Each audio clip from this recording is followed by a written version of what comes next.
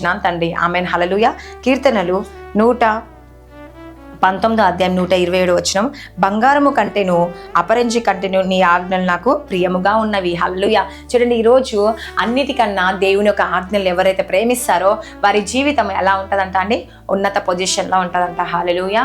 నిజముగా దేవుని ప్రేమించిన వారు, దేవుని వెంబడించిన వారు, తన ఆజ్ఞలు గైకొనేవారు వారి జీవితంలో ఎలా ఉంటాయంట, మేలుకరంగా, హల్లెలూయా, ఆశీర్వాదకరంగా ఉంటుందంట అండి. హల్లెలూయా.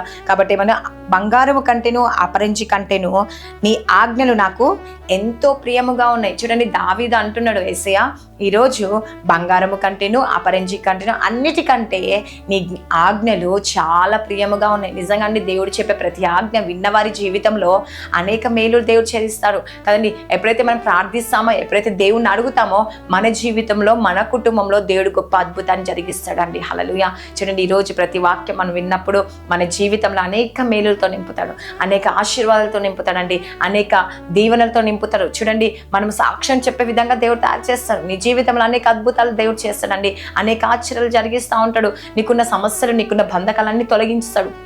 చూడండి, దేవుడు మీ జీవితంలో అనేక కార్యాలు చేస్తూ ఉంటాడు. కొన్ని ద్వారా, సేవకుల ద్వారా కదండి, విశ్వాసుల ద్వారా, ఎవరో ద్వారా చెప్తా ఉంటారు కదండి. హల్లెలూయా. కొన్ని సమయంలో మనం పట్టించుకోం కదండి, కానీ సమస్య వచ్చినప్పుడు, బాధ వచ్చినప్పుడు, దుఃఖం వచ్చి అప్పుడు గుర్తొస్తుందండి దేవుడి వాక్యం.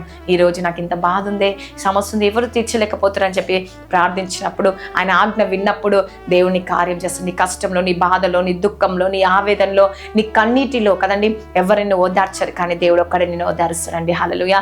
ఈరోజు చూడండి, ఎవరైతే దేవుని ఆజ్ఞలో ప్రియముగా ఉన్నాయి, దేవుని ఆజ్ఞని ప్రేమిస్తారో, దేవుని ఆజ్ఞానుసారంగా నడుస్తారో, మీ జీవితాన్ని దేవుడు కట్టబోతున్నాడండి. హల్లెలూయా. మీ జీవితంలో అనేక అద్భుతాలు జరిగించబోతుండో, అనేక ఆశీర్వాదాలు ఇవ్వబోతున్నాడండి. ఎప్పుడైతే మనం